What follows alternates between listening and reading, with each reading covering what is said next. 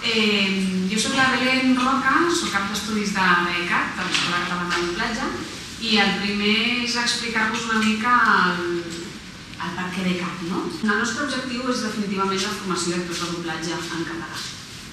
I tant la direcció com el professorat, tots som professionals del doblatge en actiu.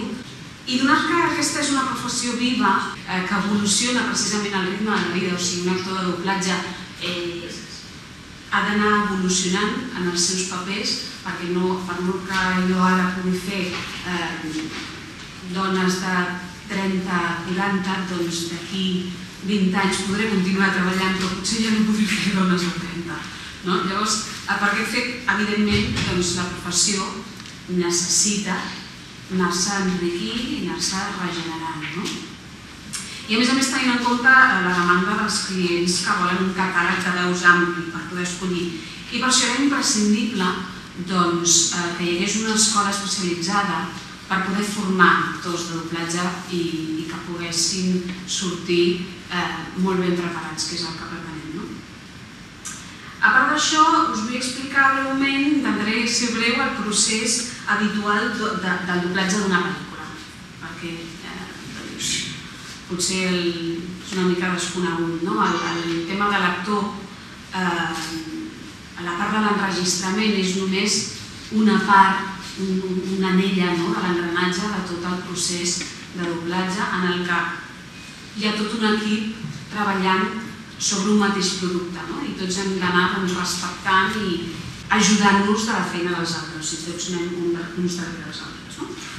Llavors, procés de doblatge. El principal és que arriba una pel·lícula, un client extern envia una pel·lícula en un estudi de doblatge i a partir d'aquí producció, amb l'ajuda del director artístic de l'empresa, s'encarrega de distribuir la pel·lícula en els diferents professionals que són la traducció, l'ajust de diàlegs, la correcció lingüística, i després ja entrarem en l'enregistrament de diàlegs, que és on entra l'actor, i la mescla, que és la part tècnica.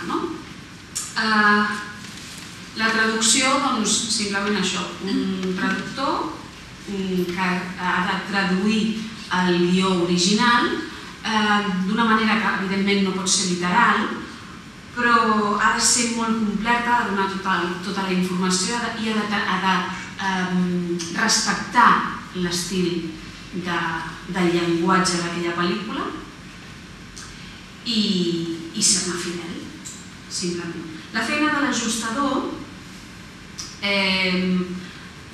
és agafar aquesta traducció i, a veure, hi ha dues coses. Seria buscar la mida exacta del llenguatge sobre la boca de l'actor, això molts de vosaltres ja ho sabeu, en la que entrem en les labials, quan parlem tanquem la boca moltes vegades, doncs hem d'aconseguir que en català l'actor després pugui tancar la boca en el mateix moment, i no em refereixo a quan pares de parlar, sinó quan dius parlar tenim una P que l'hem de poder agafar perquè després la sincronia sigui el més perfecte possible.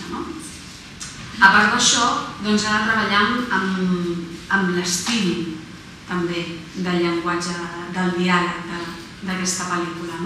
Ha d'aconseguir que una frase feta en anglès a l'hora de ser traduïda tingui també el seu corresponent en el català i que aquesta frase corresponent tingui la mida i aquests tancaments i aquestes labials i les pauses i tot, i el significat, evidentment, que sigui el mateix que era mateix. Vull dir que és una feina molt creativa i molt interessant i que ha d'estar molt ben feta perquè és el que us deia abans, és una cosa com d'equip. Si la traducció no és una bona traducció, l'ajustador després es podria tornar una mica boig i l'actor quan li arribi a sala, doncs també, una feina ben feta de traducció i ajust ajuda moltíssim a l'actor.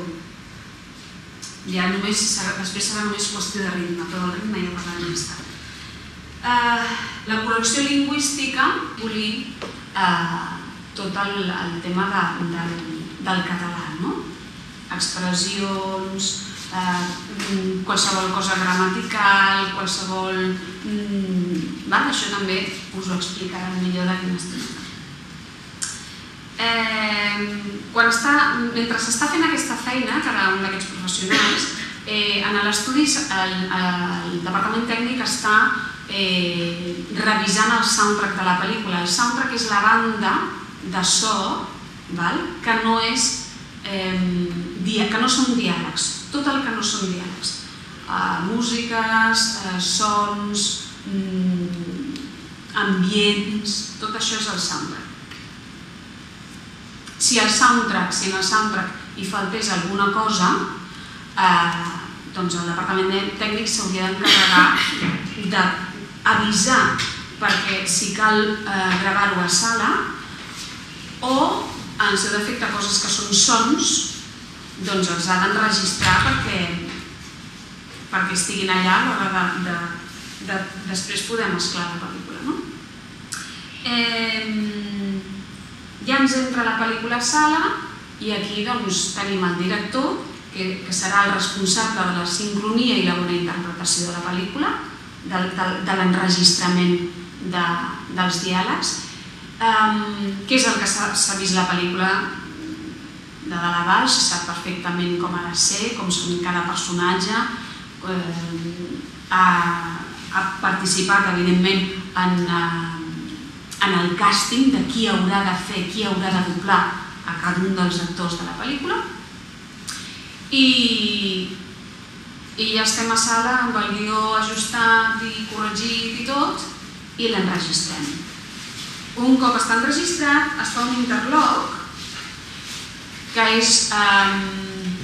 seria com la gravació dels diàlegs sense mescla, sense soundtrack, no cal que hi hagi especialment res, és la gravació dels diàlegs tal qual és a sala perquè el corrector, el lingüista, pugui escoltar-ho i comprovar que efectivament tot és correcte, no hi ha cap error, tot està ben dit, fonèticament i gramaticalment, tot és correcte i que no necessita cap canvi. Si necessita qualsevol canvi, ho retorna cap a l'estudi, es crida a l'actor i l'actor ve i ho repeteix i s'acaba. Així de senzill. Quan ja tenim això, els retakes fets, això se'n diu retakes, aquestes tomes que no han quedat correctes i que s'han de repetir són els retakes, quan ja els tenim fets, llavors sí que la pel·li ja se'n pot anar cap a mescla, cap a que l'enginyer tècnic faci tota la mescla del so, que és tot un art, no consisteix només a pujar i baixar volums, ni molt menys, com potser es podria pensar, sinó que té... Ara us posarem una petita demo d'un take perquè ho veieu. Evidentment, en el càsting d'una pel·lícula has d'escollir, com a director, has d'escollir els actors que siguin més adients per cada personatge. Però després, a mescles, qui aconseguirà que aquella veu entri dins el cos d'aquell actor que està a la pantalla és el tècnic de mescles. Perquè el que fem a sala és enregistrar sobre un so net, absolutament net, sense cap tipus d'ambientació acústica.